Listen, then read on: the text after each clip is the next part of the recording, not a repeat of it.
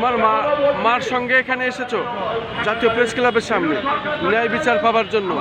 তোমার বাবাকে হত্যা করা হয়েছে, কিভাবে কারা কারা করেছে এগুলো ঘটনা বলো।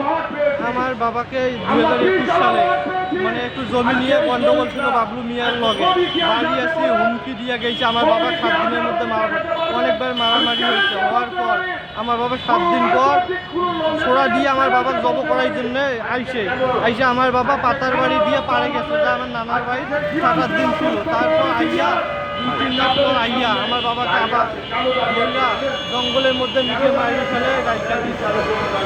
তো এখন তোমরা কি মামলা করছিলা?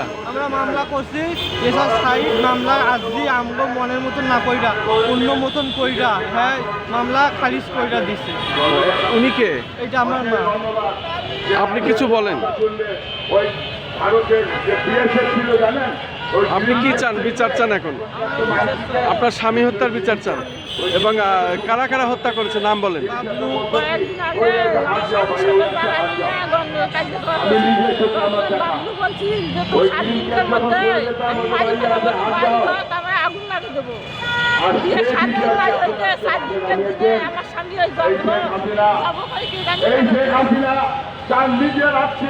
কি হয় এটা? কে? ভাগিনা।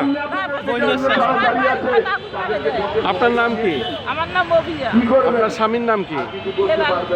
হ্যাঁ, হেলাল। কয় বছর আগে হত্যা করছে? 21 সালে। এখন ন্যায় বিচার চাওয়ার জন্য মাননীয় প্রধানমন্ত্রীর কাছে আপনারা দাবি জানাচ্ছেন। আমার বস্তাবন্দি কইরা মধ্যে ফেল দিছিল মানে 17 সালে।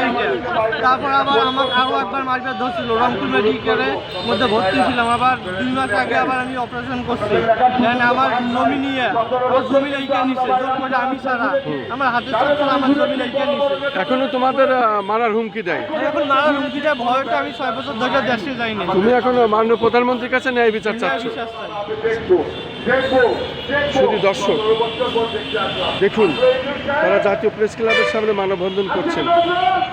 তার বাবার হত্যার ছবি এখানে দেখা যাচ্ছে এবং পাশাপাশি আমরা দেখতে পাচ্ছি তাদের ব্যানার অনেক পত্রিকায় নিউজ হয়েছে।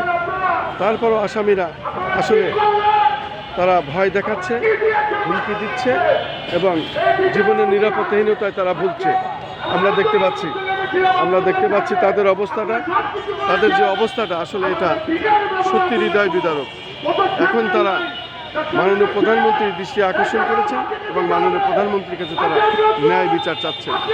আমি সেটাই জাতীয় প্রেস ক্লাবের সামনে থেকে ধারণ করছি এবং সেটাই দেখে যাচ্ছি।